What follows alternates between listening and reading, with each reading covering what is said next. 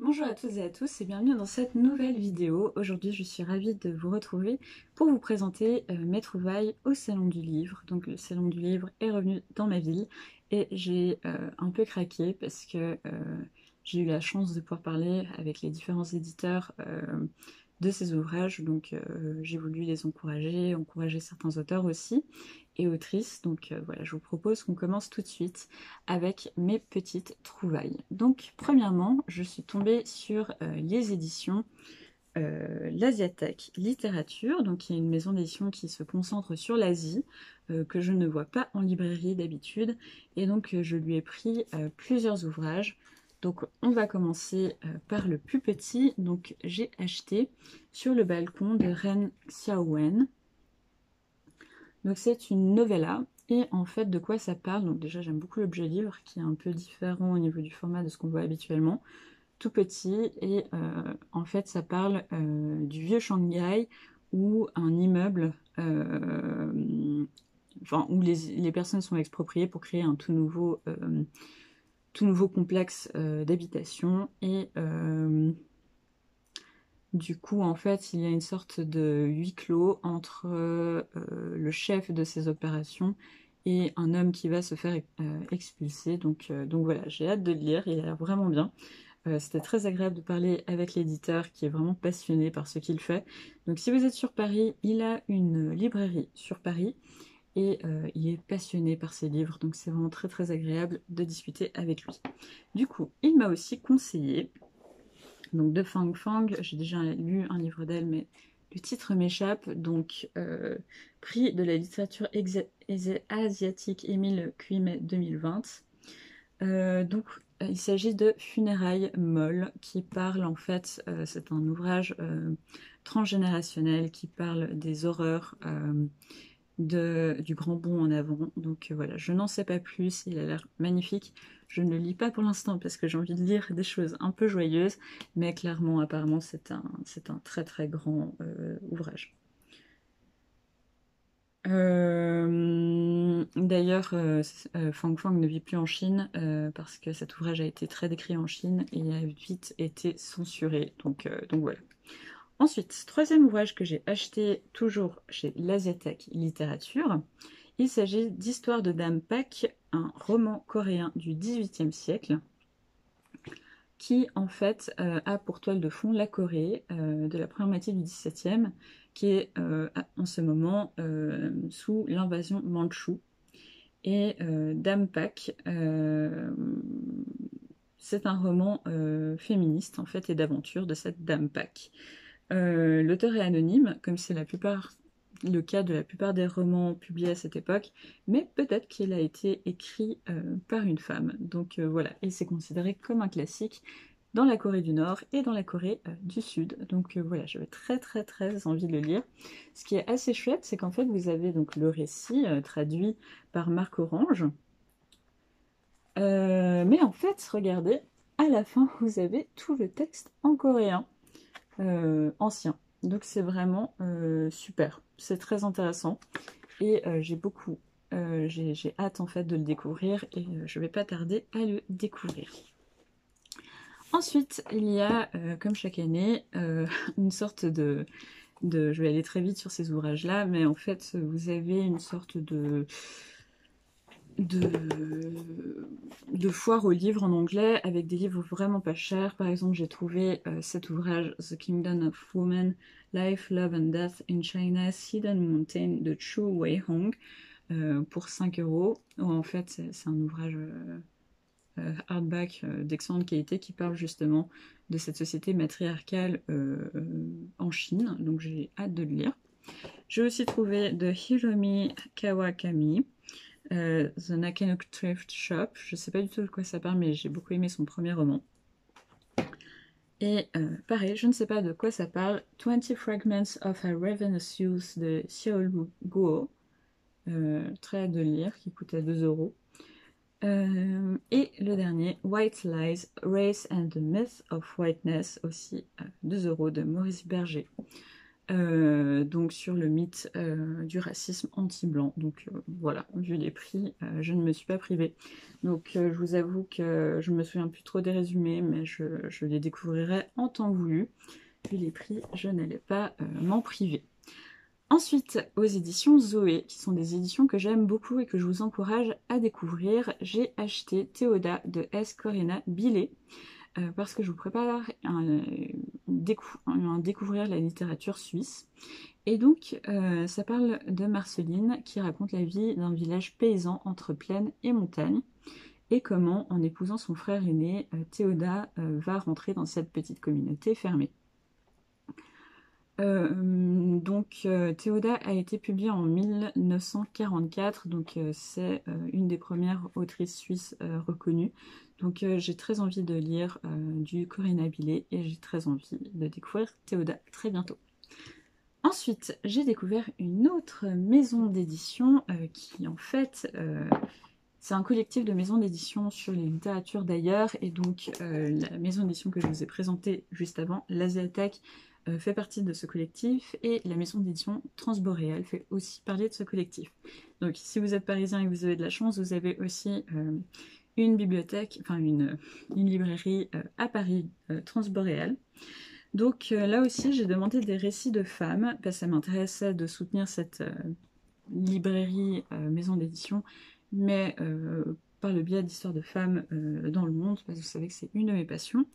Donc il m'a conseillé, là aussi une personne adorable, ce directeur de maison d'édition, il m'a conseillé Moi Nara, femme de Mongolie, donc de Nara Dash, qui parle en fait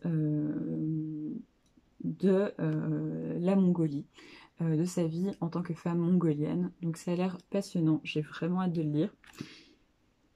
Donc voilà, j'ai très hâte de le lire. Ensuite, il m'a dit d'acheter, enfin m'a conseillé, et du coup j'ai acheté Intime Arabie, Confidence saoudienne de Laetitia Klotz. Donc Laetitia Klotz qui est qui en fait a beaucoup voyagé et a essayé de recueillir le témoignage des femmes. Et là en fait elle essaie de recueillir le témoignage des femmes en Arabie. Donc qu'est-ce qui se cache derrière ces abayas? Et ça a l'air vraiment très intéressant. Donc ça, je me réjouis beaucoup de le découvrir.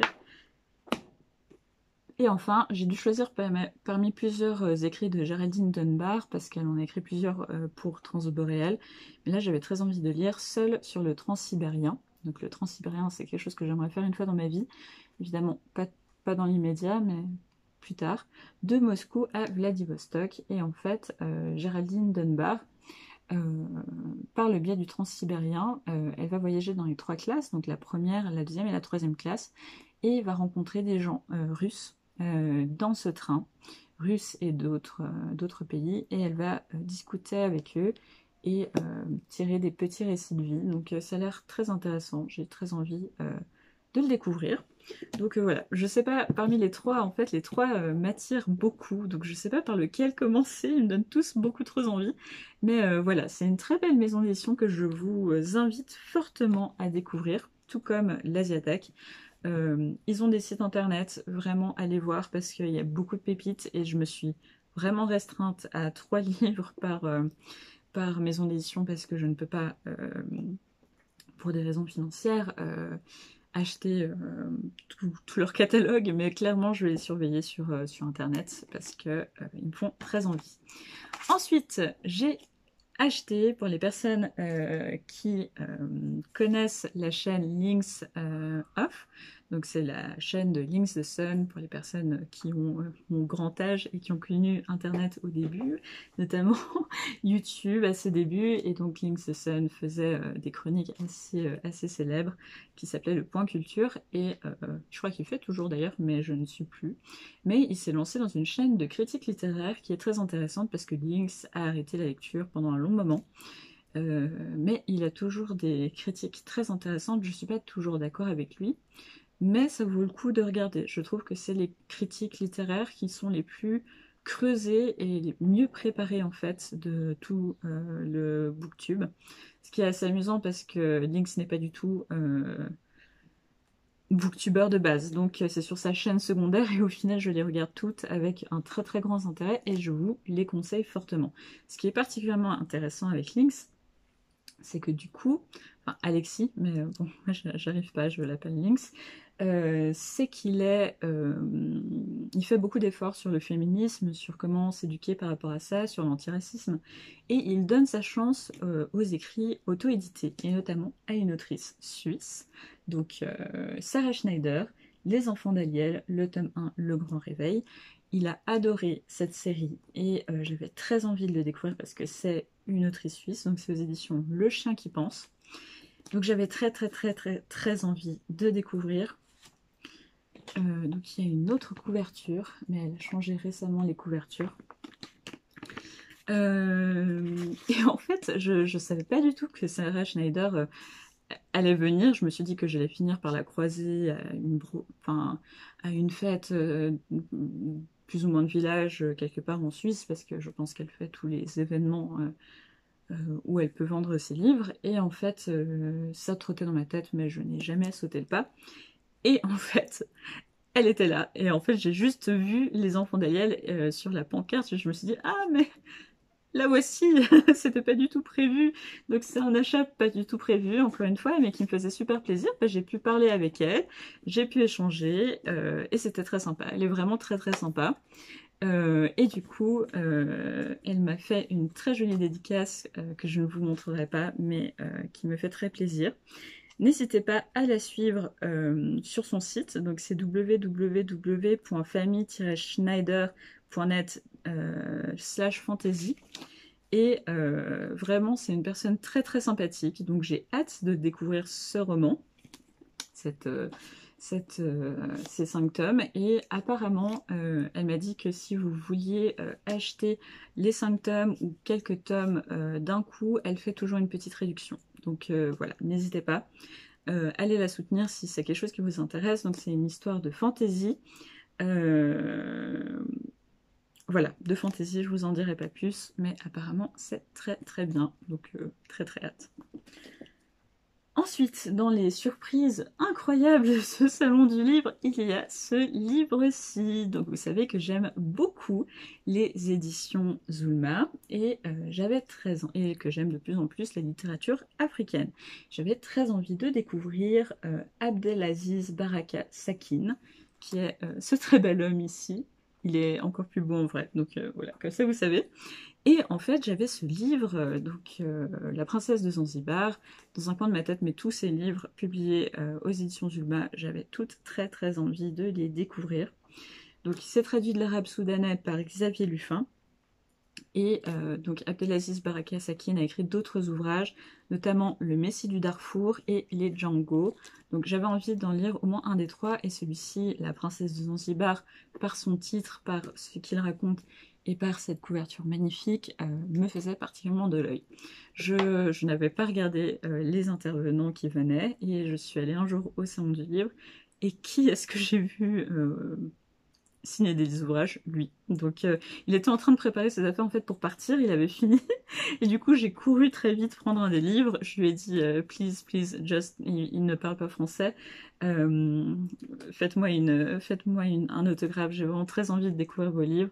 Il a eu la gentillesse de faire la dédicace, qui est vraiment adorable. Je sais maintenant comment on écrit mon prénom en arabe, donc c'est cool, on peut l'écrire en arabe, ce qui n'est pas le cas dans toutes les langues. Donc je vous le montre. C'est super. Je suis très touchée par cette personne que je trouve très lumineuse et qui me donne très envie de lire ses livres, par sa gentillesse, par sa vie aussi, parce qu'il faut savoir qu'il est censuré dans son propre pays et qu'il vit en exil en France. Donc en fait, il ne peut pas retourner au Soudan. Donc vraiment, j'ai très hâte de le lire. Je suis ravie de pouvoir débuter ma découverte d'Abdelaziz Baraka Sakine par un ouvrage dédicacé qui n'était pas du tout prévu, comme pour Sarah Schneider. C'était 2 excellentes surprises. Donc voilà, j'ai eu énormément de chance parce que 10 minutes plus tard, il était loin en fait. Et je ne savais pas du tout qu'il était là. C'est un peu ma grosse critique du salon du livre de cette année, c'est que Les dédicaces étaient très très mal gérées, très mal annoncées, on ne savait pas où était quoi, etc. Il n'y avait pas une liste claire de ce qui était dédicacé. C'était vraiment pas très agréable, donc voilà. En fait, même les exposants ne pouvaient pas nous dire quand telle personne allait venir dédicacer. Donc un peu dérangeant, un peu dommage. Je sais que pour les BD, j'ai notamment, je suis passée à côté de mon ami Pierrot qui était en dédicace. Donc voilà. Mais je suis très heureuse d'avoir pu soutenir ces deux personnes et j'ai hâte de lire leurs livres. Et enfin, les deux petits derniers, donc oui, j'ai acheté pas mal, mais c'était pour la bonne cause. Donc là, j'avais envie de soutenir les éditions Finitude, qui sont pas souvent présentées dans les librairies où je vais. Donc là, il s'agit de Mary-Eleanor Wilkins Freeman, La volonté des femmes.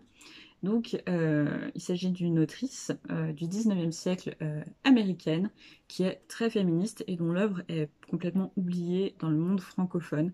Donc voilà, j'ai très envie de la découvrir. Évidemment, je vous en ferai une revue complète parce que je pense que c'est très intéressant. Ça parle du monde rural américain et des femmes et de l'émancipation des femmes. Donc, j'ai très très hâte de le découvrir. Et enfin le dernier, aux éditions Zoé. C'est un ouvrage sur la diaspora juive à New York. Donc j'ai hâte de découvrir cela. J'en sais pas beaucoup plus, mais ça me donne envie. donc voilà. Donc c'est Le petit fiancé d'Abraham Cahan, récit du ghetto de New York, traduction d'Isabelle Rosenbaumas. Donc voilà, hâte de le découvrir. Donc voilà, j'espère que cette petite vidéo de mes derniers achats du salon du livre vous ont plu. Moi j'ai très hâte de les découvrir tous, donc c'est vraiment un crève-cœur de savoir par quoi commencer. Mais en tout cas, n'hésitez pas à me dire par quel livre je devrais commencer, ça m'aidera peut-être. N'hésitez pas à me dire si vous avez eu la chance d'aller à un salon du livre, notamment en France, dites-moi lesquels vous plaisent. Je vous avoue que j'ai très envie cette année de découvrir un salon du livre français.